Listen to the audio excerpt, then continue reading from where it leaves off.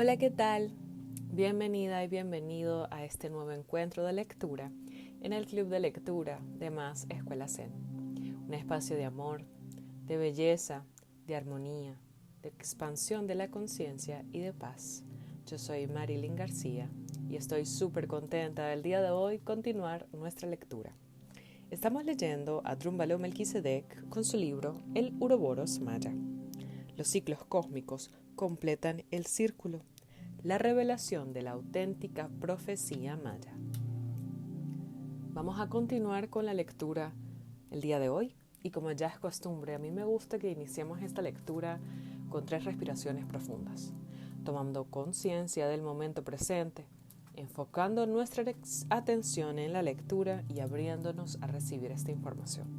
Así que te voy a pedir que me acompañes a realizar estas 3 respiraciones y puedes realizar un movimiento lento y suave, circular con los hombros hacia atrás, soltando cualquier tensión, luego hacia adelante. Abres el pecho, dejas caer tus hombros lado y lado, espalda recta, el mentón cae sutilmente hacia el pecho. Inhalamos 1. Tomamos conciencia del momento presente. 2.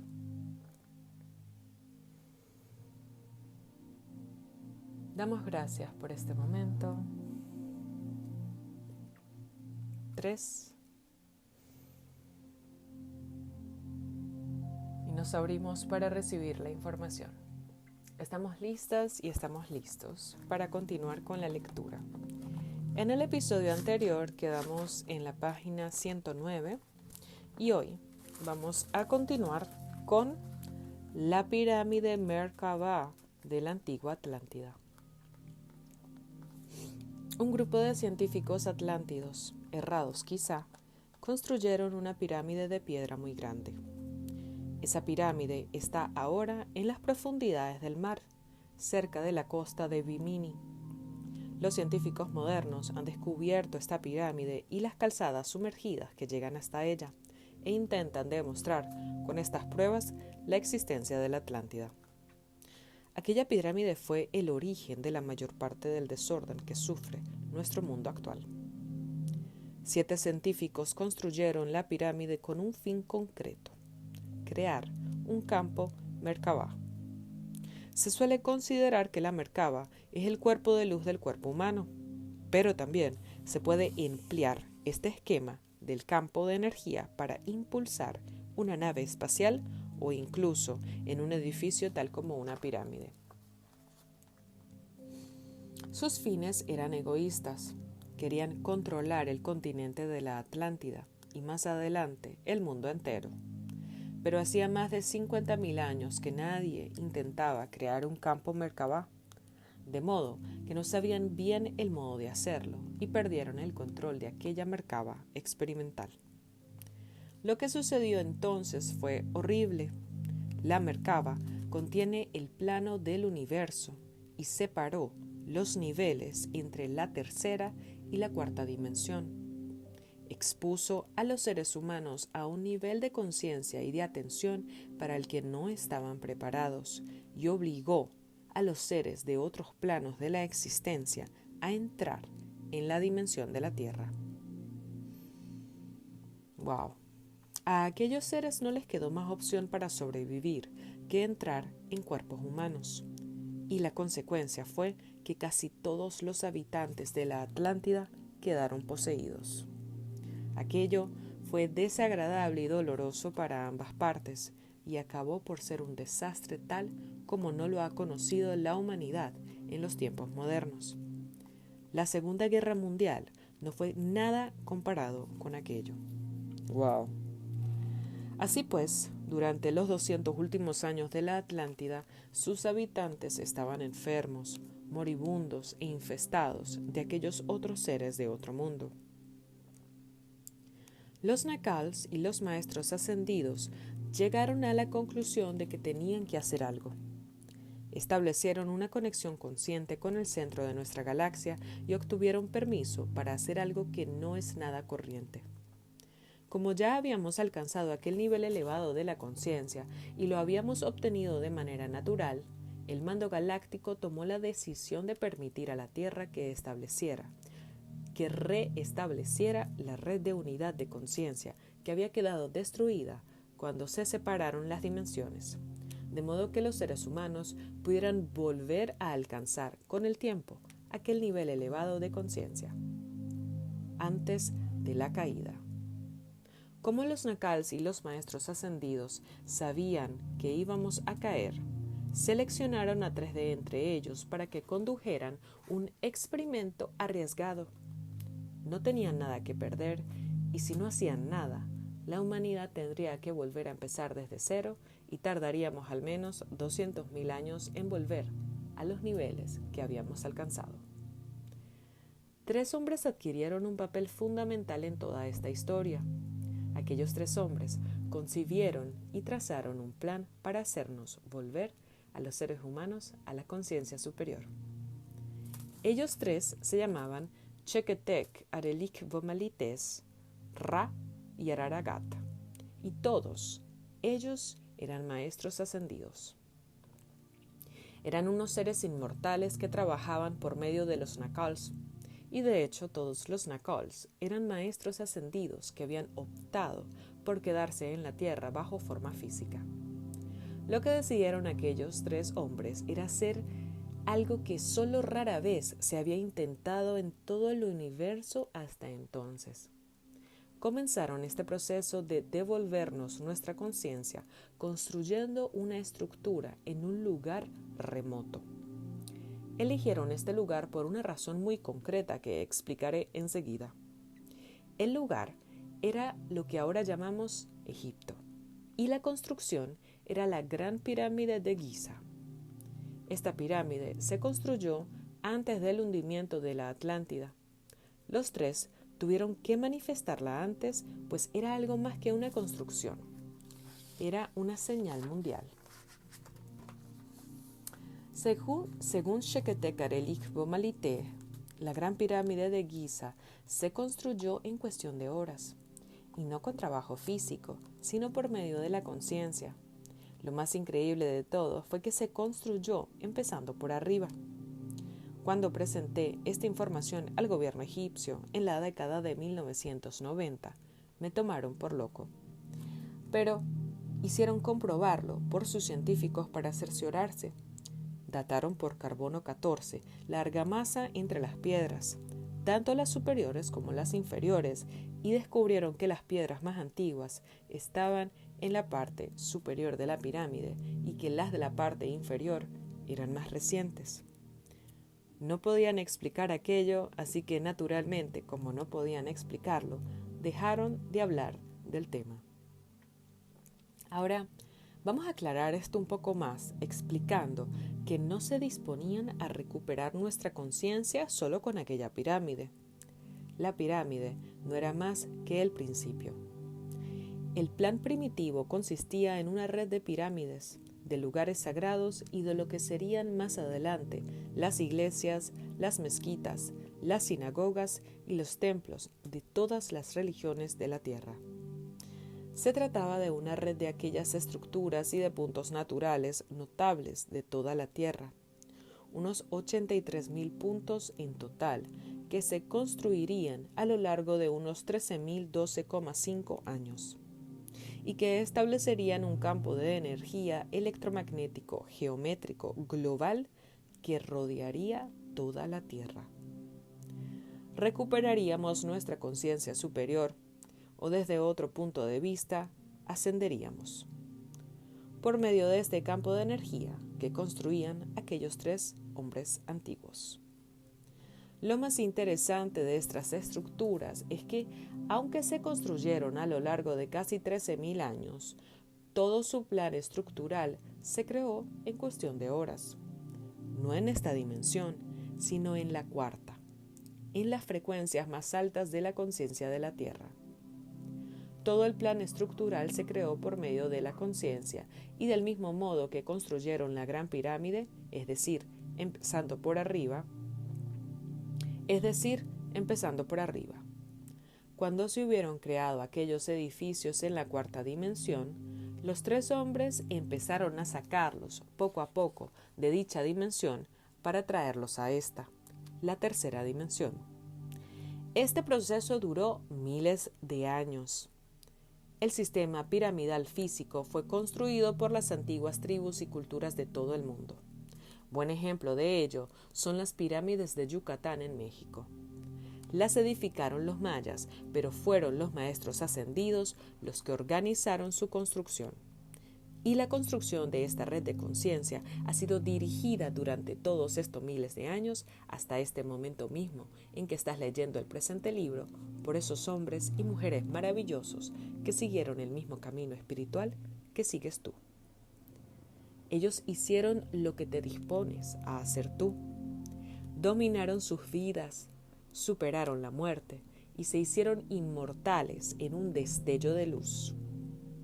Los maestros ascendidos son nuestros antepasados, que en su sabiduría velan por nosotros y nos conducen poco a poco hacia una manera más elevada de percibir el universo.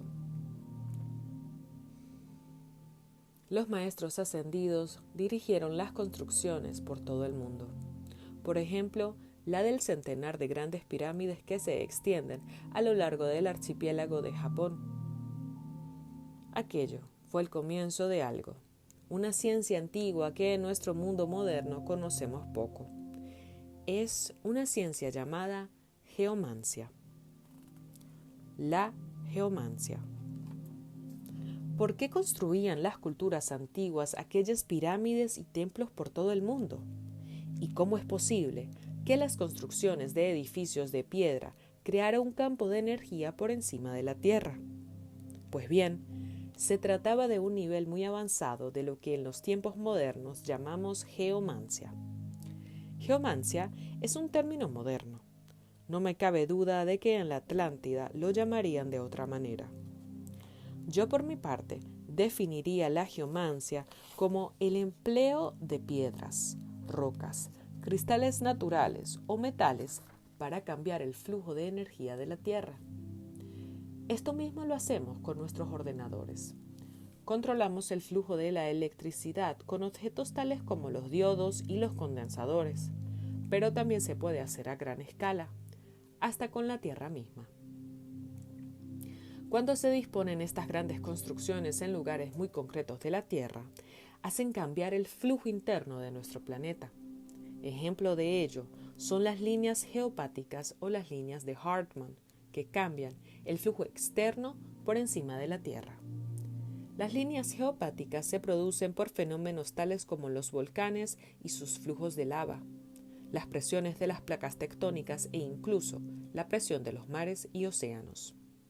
Las líneas de Hartmann son un flujo natural de energía que sigue una red que cubre la mayor parte de la Tierra. Había dicho antes que volvería a hablar del punto de la Tierra donde se construyó la Gran Pirámide. Aquí quiero hacer un momento para que respiremos, porque lo que nos va a decir en este momento Drúmbalo es bastante revelador y poderoso. Los antiguos egipcios consiguieron de alguna manera calcular el centro exacto de la masa terrestre del planeta.